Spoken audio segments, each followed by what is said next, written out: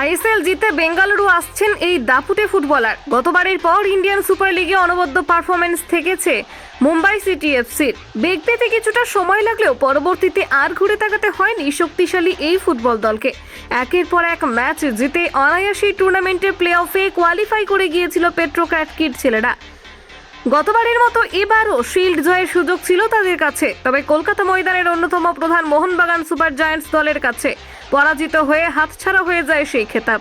গত শনিবার সল্টলেকের যুব ভারতী ক্রীড়াঙ্গনে সবুজ মেরুন ব্রিগেডকে পরাজিত করেছে রাহুল ভেকের ফুটবল ক্লাব। আবারও মুম্বাইতে এসেছে আইএসএল, সেই নিয়ে আনন্দে মাতোয়ারা দলের সমর্থকরা। তবে সেখানেই শেষ নয়, নতুন মরশুমের জন্য এখন থেকে প্রস্তুতি শুরু করে দিয়েছে প্রত্যেকটি ফুটবল ক্লাব। সেক্ষেত্রে খুব একটা পিছিয়ে নেই এই মুম্বাই সিটি এফসি। আইএসএল এর পাশাপাশি এএফসি কাপের মতো আন্তর্জাতিক টুর্নামেন্টের কথা মাথায় রেখে অনেক আগে থেকে প্রস্তুতি শুরু করে দিয়েছিল ম্যানেজমেন্ট। দলের বেশ কিছু ফুটবলারদের বাদ দেওয়ার পাশাপাশি নয়া তারকাদের আনার ক্ষেত্রেও চমক দিতে চলেছে এই ক্লাব। এবার সেই তালিকায় উঠে আসলো তিরির নাম।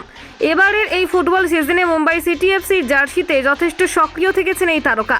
এমনকি দলের আইএসএল জেতার ক্ষেত্রেও গুরুত্বপূর্ণ ভূমিকা থেকেছে এই স্প্যানিশ সেন্টার ব্যাকের। তবে এবার আগত ফুটবল মরশুমে মুম্বাইয়ের জার্সিতে আর খেলা হবে না তিরির। যতদূর খবর, নতুন মরশুমে পেট্রোক্র্যাট কিড দল ছেড়ে সুনীল ছেত্রীর বেঙ্গালুরু এফসিতে যোগদান করতে চলেছেন তিনি।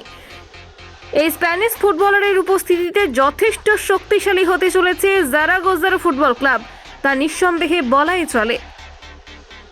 কলকাতা 24/7.in।